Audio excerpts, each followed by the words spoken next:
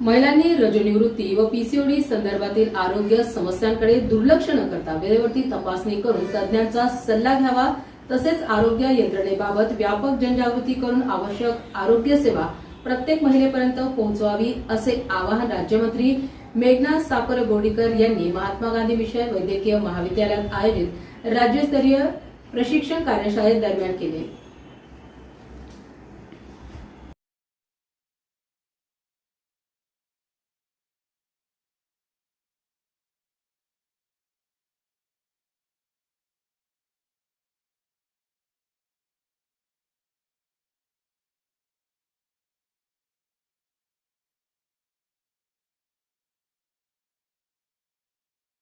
आपण 14 जानेवारी 2024 पासून राज्यामध्ये आणि देशातले पहिले रजोनिवृत्ती क्लिनिक म्हणजे मेनोपॉज क्लिनिक आणि पीसीओडी क्लिनिक्स की ज्यामध्ये टीनेजर्स मुली ना हार्मोनल इम्बॅलन्समुळे त्रास होत असतो आणि एका वयाच्या टप्प्यानंतर महिलांची जेव्हा मासिक पाळी बंद होते त्यावेळेस महिला सुद्धा शारीरिक आणि मानसिक वेगळ्या फेजमधून जात असतात हार्मोनल इम्बॅलन्स होत असतो म्हणून।